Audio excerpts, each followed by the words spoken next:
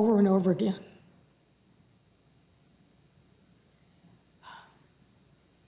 This is a time for us to unite. We have to turn our pain into purpose in order to get through this moment together and do the work needed to unite our city and move us forward in a way that is more equitable, inclusive, and just. And I hope that you will join me today, all over Chicago, at 5 p.m. for a moment of silence, for a moment to reflect on what we have lost, but also to reflect on what we have gained. I know in my heart, in my soul, that we will be able to learn from this moment and move forward together. That is who we are as a city. That is the values that we share. And we must never forget our sense of who we are as Chicagoans and as a city, our sense of community. This is what will carry us through. Now I invite Superintendent Brown to speak. Superintendent. Thank you, Mayor, for your strong leadership during this very difficult time. My heart is broken on the events of yesterday as I watch pockets of unrest in Chicago. Our First Amendment rights are sacred. They're sacred and should not be used as a ruse for criminal behavior. What was meant as a peaceful protest devolved quickly into looting and property damage and violence. Chicago police officers showed professionalism, restraint, and patience. CPD made Chicago proud on last night. Officers spent the evening protecting those who came to peacefully protest the death of Mr. George Floyd, and to protect as many buildings and businesses as they could. In many cases, they did this while being assaulted, both verbally and physically. I saw officers pelted with bottles and debris. Police officers were punched and even dragged through the streets. We have officers with broken bones and bruises. More than 20 officers went to the hospital. At least 2 of these required surgery. Many who were badly beaten and bruised never even bothered to seek medical treatment. Rather, they finished their shift by arriving at the hospitals to give their partners and others a ride.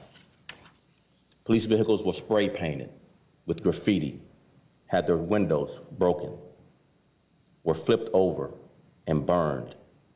Businesses and buildings that have existed in Chicago for generations were vandalized. This is a nation of laws, and lawlessness has no place in Chicago or anywhere else. I want to commend our officers for maintaining their composure throughout this whole ordeal. We should be proud of our police officers who stood shoulder to shoulder and showed great restraint amid these conditions. Our officers are well trained for peaceful protests, as well as those that turn aggressive and violent. But let me be clear. Last night was not a protest. The people that came downtown were not there to exercise their First Amendment rights. These criminals arrived in the Central Business District prepared to damage property and steal. That will not be tolerated. I have the full support of Mayor Lightfoot. We will use every tool at our disposal to put a stop to these violent acts. Protests like what we saw last night here and throughout the country was not something anyone anticipated. This was a mob. destroying everything in sight. In all, Chicago PD made 240 arrests in connection with the looting and other illegal acts that took place. 6 people were shot during the shooting incidents last night. One of these victims died. A 26-year-old man lost his life after a verbal exchange escalated to gunfire. We have requested the help of the National Guard on our outer perimeter. There will be no CTA bus or rail service in or out of the downtown area. I've also collaborated with other city departments. Salt trucks, garbage trucks, and water trucks will block all access to the central business district. Street closures are essentially Division Street on the north, Canal Street on the west, and 26th Street on the south. We need to protect our storefronts, and people will be working to clean up. Chicago police are busy trying to bring a sense of calm and safety back to our streets. Officers are working 12-hour shifts on all days off, and all days off have been canceled. We need everyone to be on board as we rebound from what unfolded last night. Property can be repaired, windows can be replaced, shelves can be restocked. But we will not sacrifice our local democracy to lawlessness. We will not. Today we begin to heal. I suspect this wound will take a long time to close. Let me end by reminding you of a story I thought about while I was on the ground with officers, watching them being pelted and showing great restraint. I'm nearly 60 years old now, but when I was 21 years old, like those kids out yesterday, I wanted to make a difference in what was happening in my neighborhood. Came home from college, excited to tell my parents I wanted to be a cop to help change what's happening, the violence in my neighborhood back in my hometown. I wanted to be a cop. I wanted to help. I wanted to help people. My dad, my old man, said, "Why do you want to associate with people who mistreat us?" He's born in 1939 during Jim Crow. He had been mistreated by police all of his life. He asked me, he lectured me, "Why do you want to associate with an organization like that mistreats people of color?" And I remember this to this day.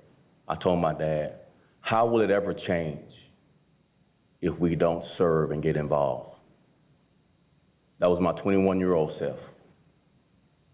So I challenge the 20-somethings in that crowd that instead of serving, instead of expressing their anger through being involved to change what they want to see, they chose to burn and destroy. That's easy. Anyone can damage property. Anyone under the color of night can throw a firebomb and burn a car. I challenge you to put down your weapons and get involved and serve this country to bring forth the change you want to see.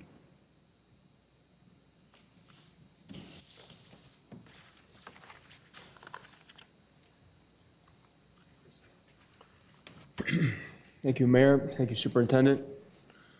I'm Rich Gaitis, Executive Director of the Chicago Office of Emergency Management and Communications. I was born and raised in the city of Chicago, and needless to say, last night was disheartening.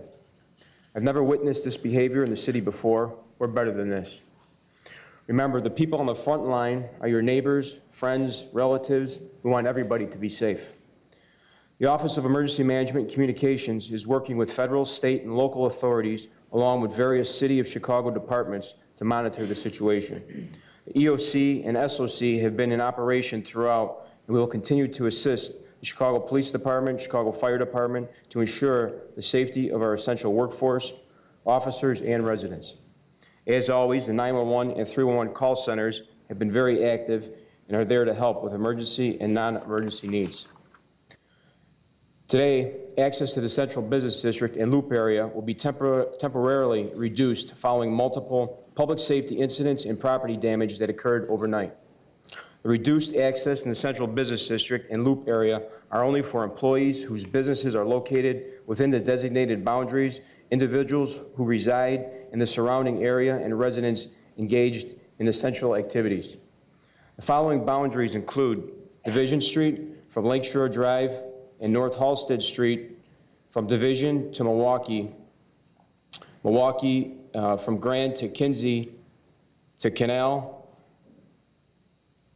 from Kinsey to 26th Street to Lakeshore Drive. Basically, Division to 26th Street and anything east of Halsted Street to Lakeshore Drive will be impacted. As the mayor said earlier, CTA service has also been suspended for trains and buses coming in and out of the loop for public safety reasons. CTA will provide regular service updates. To receive emergency alerts for updates and street closures and public transportation, subscribe to Chicago's text or email alert system at notifychicago.org. To reiterate the mayor's comments, the OAMC and the City of Chicago are working closely with the organizers of rallies and protests scheduled to take place within the area this afternoon to provide an alternative, optional route for peaceful marches and the safety of all involved. Thank you and stay safe. I'd now like to introduce Police Board President Guion Foreman.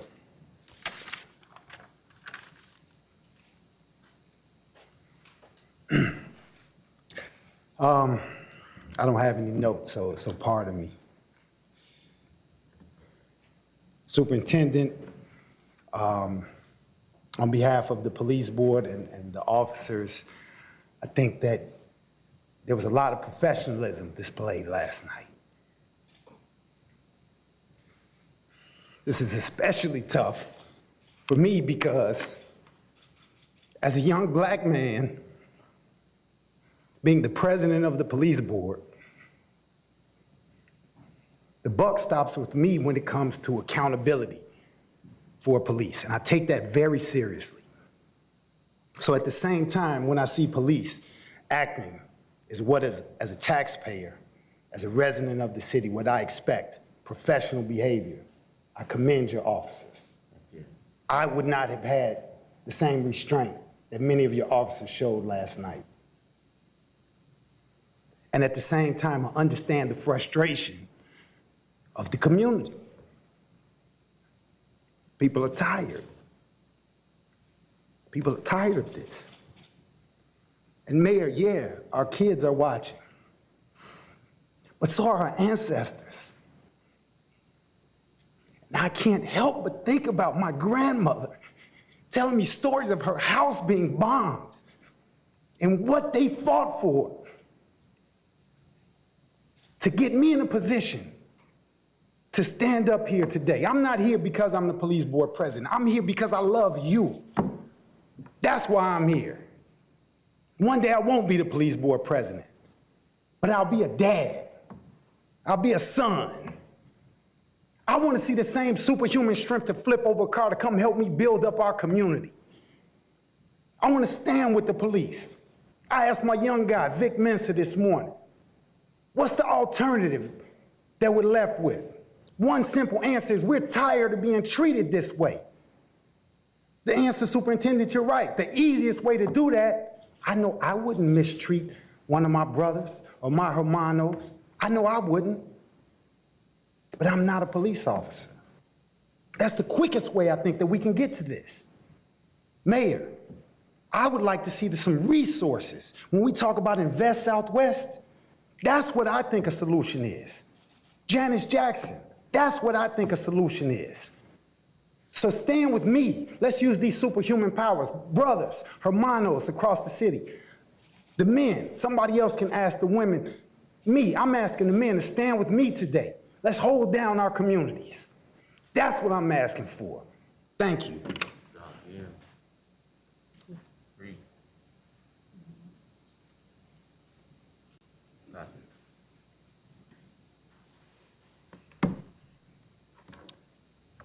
I'm not an elected official. I'm just a father. I'm a son.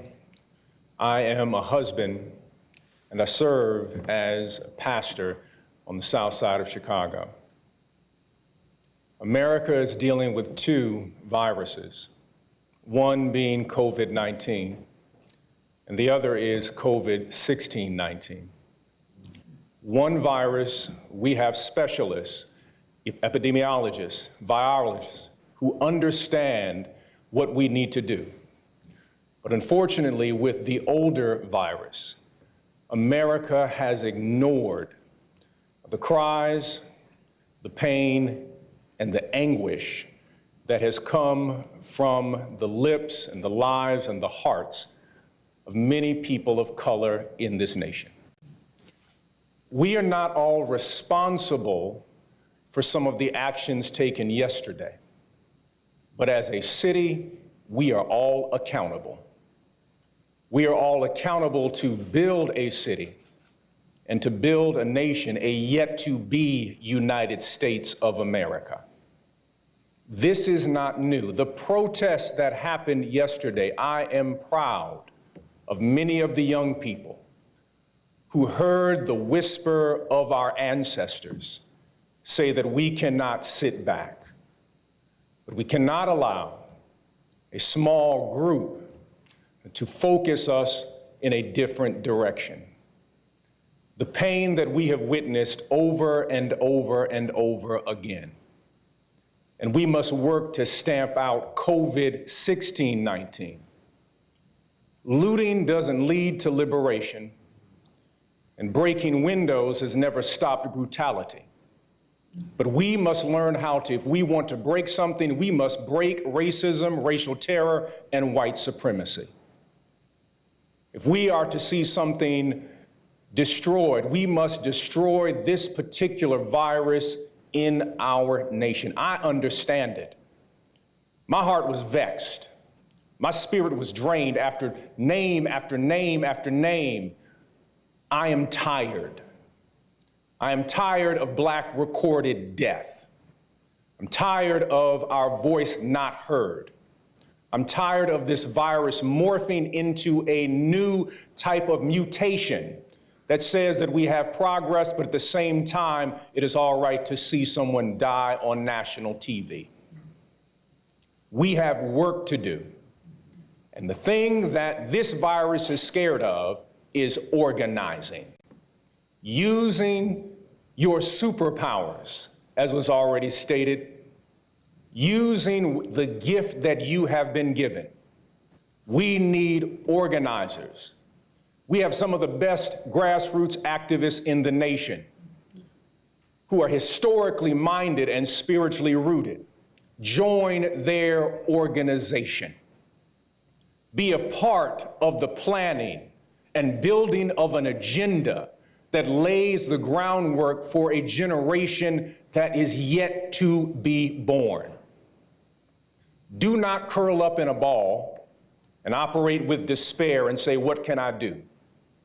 This is not a South Side issue, a West Side issue, a North Side issue. This is a Chicago challenge that we must meet together as citizens in this city.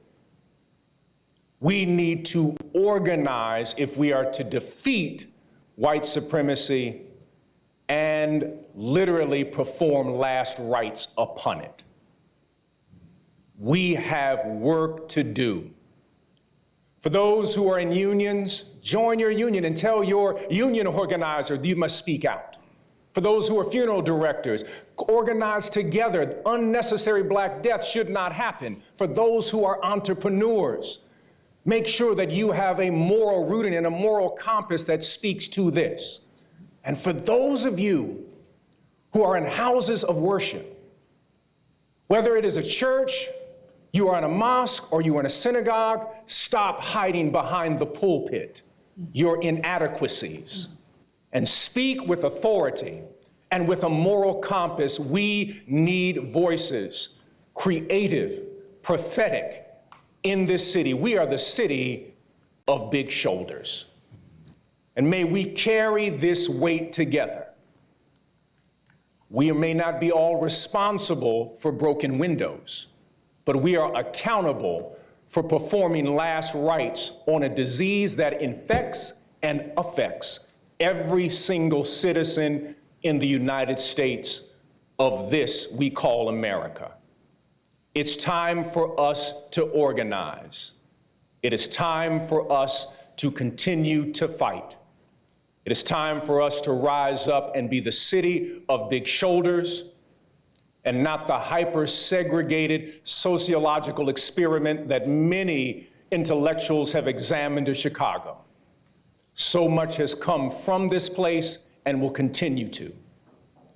Let there be a generation that is not yet born that will be able to say that there lived a generation that when the call came, they didn't think looting was liberation. They believed organizing and setting a moral compass was the way in which we build a new city. Thank you.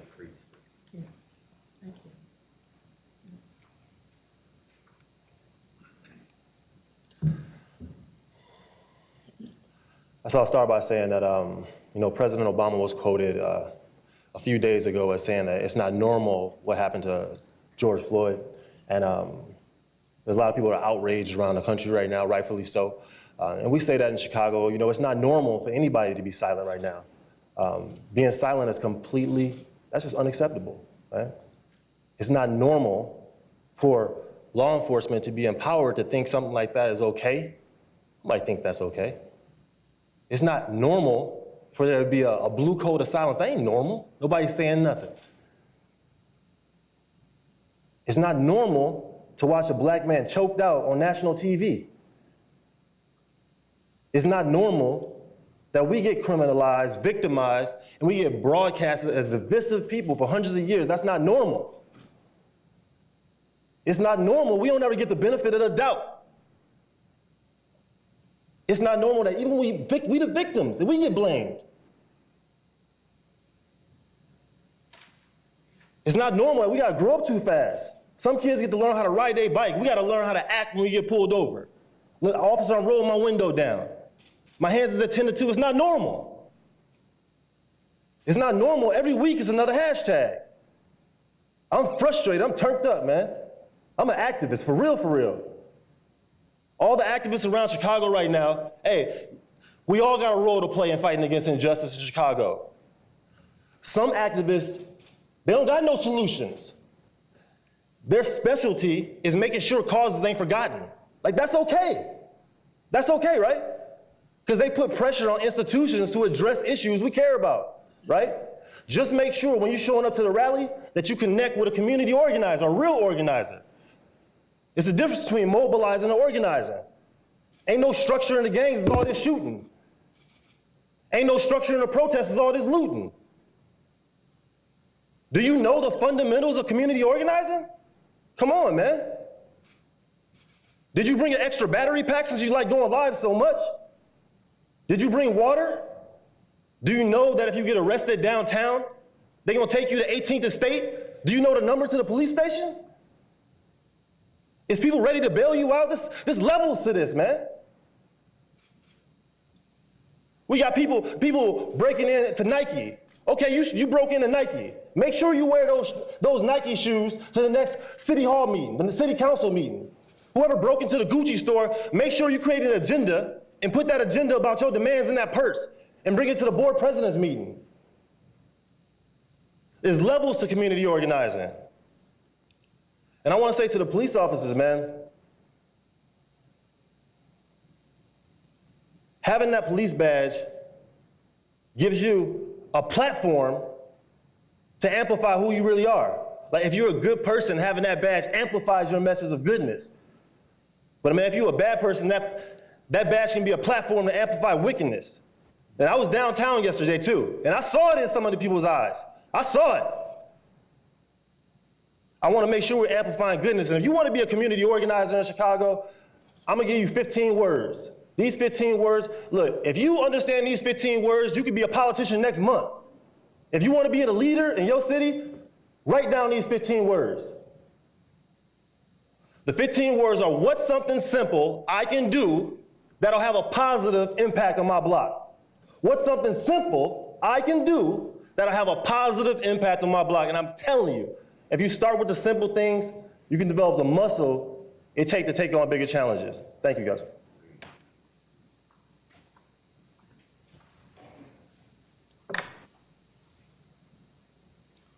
Thank you, and good afternoon.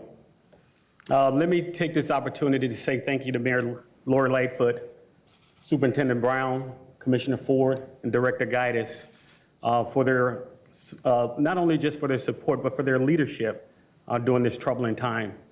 I'd like to take this opportunity to thank the men and women of the Chicago Police Department and the men and women of the Chicago Fire Department, and the men and women of all local law enforcement on the federal, state, and county level that has assisted in yesterday's events.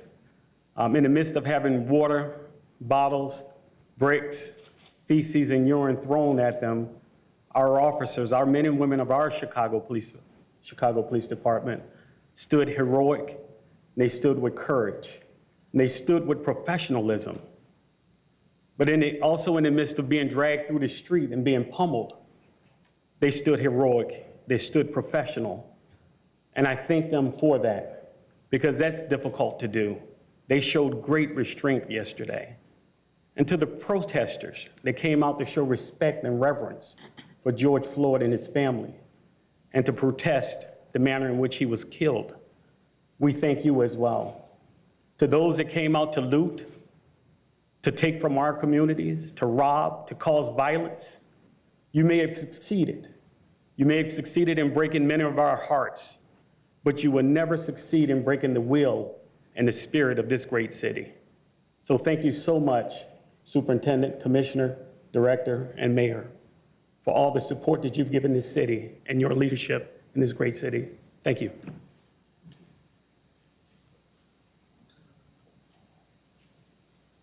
Good afternoon. I'm Brendan Reilly, Alderman of the 42nd Ward, which includes downtown Chicago. It's been a very difficult 48 hours for all people of Chicago. And I can tell you that for the last 24 hours, I haven't slept, so I hope I make sense. Like many of the men and women of the police department who've been working all night long to protect our citizens. Representing downtown Chicago, my constituents and I had a front row seat to what happened yesterday. And I think it's important to distinguish, there were several things that happened yesterday, not just one thing. You know, we're reading news reports, and some members of the media are conflating protesting with rioting and looting. Protesters protest, and looters loot. And for many of us, we witnessed a respectful and peaceful and righteous protest run by organizers. And that was appropriate. It's outrageous what occurred in Minneapolis. Everyone agrees. Every police officer agrees that I've spoken to in Chicago. And it's tragic what's occurred here and what's occurred in Minneapolis. Devastation is the word I would use to describe most of the streets and frontages of downtown. River North received the brunt, if you can believe it, considering how much the Loop absorbed last night. But it's also important to remember that after the peaceful protesters finished and left the area, what remained were rioters and looters. Their only interest was in creating havoc, criminal property damage, and theft. And this was not, to what I saw and many of my neighbors witnessed, these were not crimes of passion. In many cases, they were very carefully thought out. You don't go to a peaceful protest having rented a U-Haul truck, right? And I can tell you that I saw a number of U-Haul trucks pulling up to retailers with crews jumping out of the back, organized, targeting specific sections of stores. You can also see there was a pattern in the types of stores that were looted. Nearly every branch bank in downtown Chicago was vandalized and broken into. Nearly every ATM machine in a retail store or installed on the wall of a building was removed, cracked open, and strewn in the streets. Pharmacies specifically targeted. Obviously, prescription drugs are there. Burning some of our pharmacies. We also had the newest cannabis dispensary targeted for pretty obvious reasons. I want to thank the brave men and women of the Chicago Police Department from the bottom of my heart, and I know I speak for the 100,000 or so people who live downtown. We watched it. We saw it all night. And I can tell you the restraint that was shown made me proud. I want to thank the command leadership. We were literally on the phone with the mayor's office and command leadership all night long through this morning. And given the challenges that were presented, they did a tremendous job marshaling resources to put out, literally with their partners in the fire department, hotspot after hotspot after hotspot. And so I want to thank them. And I can tell you what I was witnessing as police officers were rolling up to prevent a looting. The residents were all on their balconies, and it was something to behold, to have all of the people on the balconies cheering for the men and women showing up in those squad cars, and even helping direct them to find the looters on certain blocks. And then today, this morning, I was out very early, like I know the mayor was, surveying the damage. And the damage is widespread and incredible. And as heartbreaking as that is to see, so many small business owners, these aren't the big, I'm not talking about the major retail brands, I feel for them as well, but those folks who've opened a store and this is entirely their livelihood. That's heartbreaking to see. But it was heartwarming to see this morning neighbors, residents coming out from their homes with brushes and dustpans and shovels to help our business owners clean up their frontages. That neighborly spirit and love that we're seeing right now downtown is impressive. And if from all of this awfulness that we're going through right now, we can find, I think, a few rays of hope in light of all of it.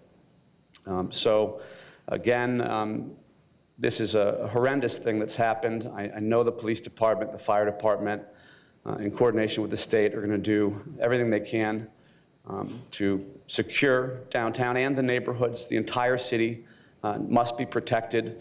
Looters aren't just focused on downtown, but again, on behalf of the 42nd Ward and the downtown residents, I want to thank everyone on the mayor's team and in the police department for the extraordinary work they did yesterday.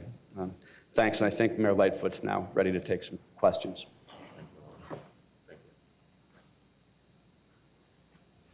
Mayor, good morning. I'm Shugga Dabber with ABC7, reporter for today.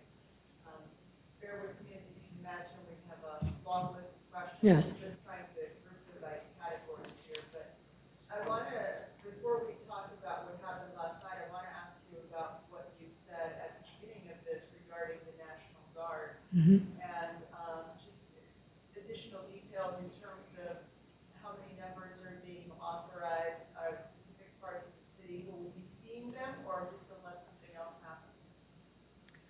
Well, I don't want to give away a lot of details for the obvious reasons. We want to make sure that those resources are strategically deployed and that they're effective. But I'll say this, it's not an easy decision to call in the Guard. We spent a lot of time over the course of yesterday talking about whether or not those additional resources should come. And I trust implicitly the judgment of the superintendent when he called me in the early morning hours and said, we think that we need this additional resource. And I want to thank again the governor who took my call after midnight and really mobilized these resources to be here today to help backstop the work of the men and women of the Chicago Police Department. They will be primarily providing perimeter line and support. They will not be doing patrol in the city. That will remain the sole province of the Chicago Police Department, but we are grateful for the additional resources. Can I ask, although it sounds like maybe the superintendent made a decision, why yesterday it